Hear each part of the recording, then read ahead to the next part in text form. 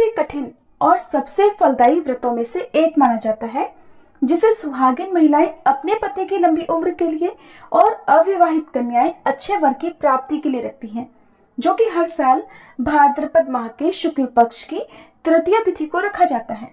कहते हैं कि इस दिन माता पार्वती ने भगवान भोलेनाथ को पति रूप में प्राप्त करने के लिए बहुत ही कठिन निर्जला व्रत करा था।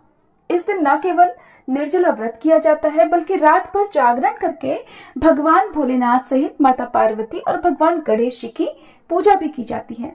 तो चलिए आपको बताते हैं इस बार हरतालिका तीज का व्रत कब रहेगा, पूजा विधि क्या है, कौन से मंत्रों का जाप करना चाहिए और व्रत का पारण करने के अलावा आप पूजा किस शुभ मुहूर्त में कर सकती हैं। तृतीय तिथि प्रारंभ होगी 5 सितंबर गुरुवार को दोपहर 12:22 से और समाप्त होगी 6 सितंबर शुक्रवार को दोपहर 3:01 पर। इसलिए इस बार उदय तिथि के अनुसार 6 सितंबर शुक्रवार के दिन ही हरतालिका तीज का व्रत रहेगा।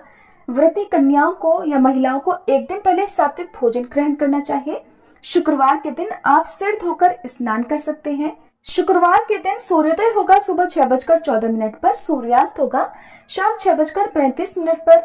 ब्रह्म मुहूर्त सुबह 4:38 से 5:26 तक रहेगा। ब्रह्म मुहूर्त का समय सुबह पूजा करने के लिए बहुत ही उत्तम माना जाता है। शुक्ल योग रात 10:14 तक रहेगा और बाद में ब्रह्म योग प्रारंभ हो जाएगा। अभिजीत मुहूर्त दोपहर 12 बजे से 12:49 तक रहेगा।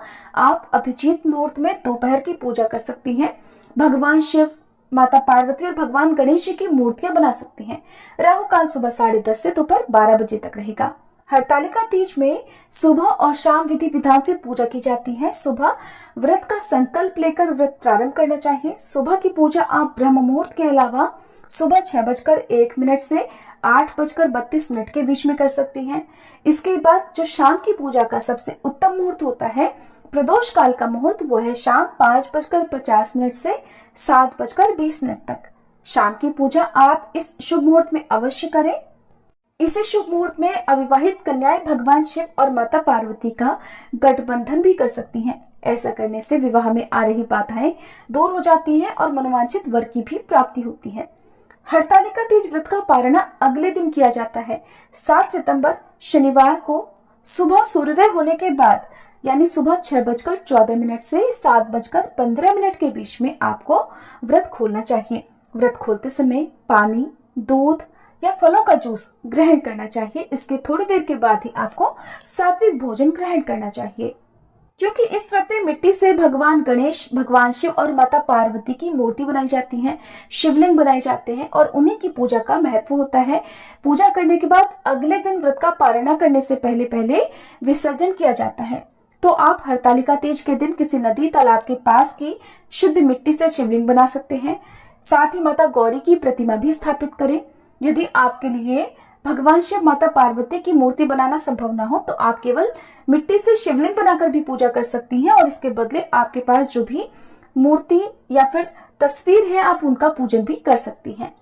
पूजा करने के लिए आपको चंदन, जनेऊ, फुलेरा, पुष्प, नारियल, अक्षत, पान के पत्ते, इलायची, सुपारी, 5 तरह के फल, दक्षिणा, मिठाई, पूजा की चौकी, धतूरे का फल, कलश, अभिषेक करने के लिए तांबे का पात्र, दूर्वा, आंख का फूल जो कि भगवान गणेश और भगवान शिव को अर्पित किया जाता है, घी, दीपक, धूप, कपूर और व्रत कथा पुस्तक की आवश्यकता होगी। वहीं शिवलिंग पर अर्पित करने के लिए आप बेलपत्र, शमी पत्र, बांस, देवदार पत्र, चंपा, कनेर, अगस्त, भृंगराज, धतूरा, आम के पत्ते, अशोक के पत्ते, पान के पत्ते, केले के पत्ते या शमी के पत्ते का इस्तेमाल कर सकते हैं। अब जानते हैं बहुत ही आसान पूजा विधि के बारे में। तो हरतालिका तीज की पूजा करने के लिए सबसे पहले सुबह ब्रह्म मुहूर्त में उठकर स्नान करें। फिर हाथ में जल और पुष्प लेकर व्रत रखने का संकल्प लें। भगवान शिव, माता गौरी की पूजा अर्चना करें। बालू या फिर काली मिट्टी से भगवान शिव, माता पार्वती और गणेश जी की मूर्ति बनाएं। पूजा स्थल पर केले के पत्तों से या रंगोली से सुंदर मंडप बनाएं, फुलेरा लगाएं।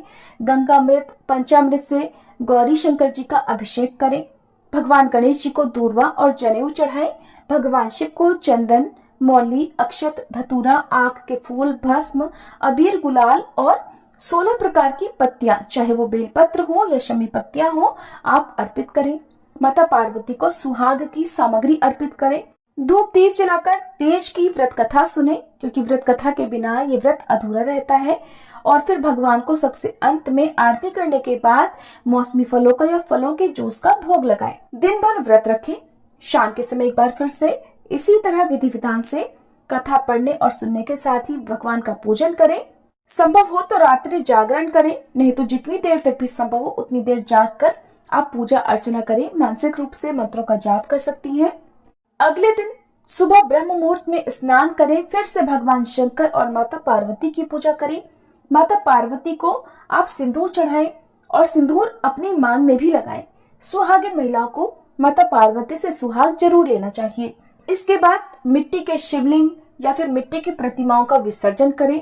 पूजा में चढ़ाए गए जो पुष्प हैं, अक्षत है, उनका विसर्जन करें और सुहाग की सामग्री को किसी ब्राह्मणी को दान देने के बाद व्रत का पारण करना चाहिए।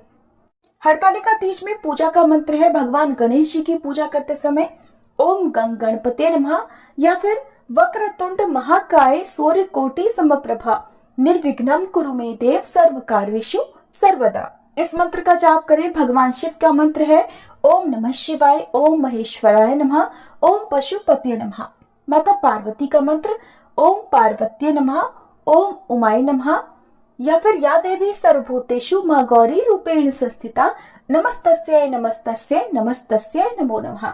इन मंत्रों का जाप करना चाहिए। माता पार्वती की मांग में सिंदूर लगाते समय इस मंत्र का जाप करें। सिंदूरम शोभनम रक्तम सौभाग्यम सुखवर्धनम शुभदम कामदम चैव सिंदूरम प्रतिगृहीताम। इस तरह से आप हरतालिका तीज के व्रत को सफल बना सकती हैं। ये थी आज की वीडियो। जानकारी अच्छी लगी हो तो वीडियो को लाइक करके माता पार्वती का आशीर्वाद पाने के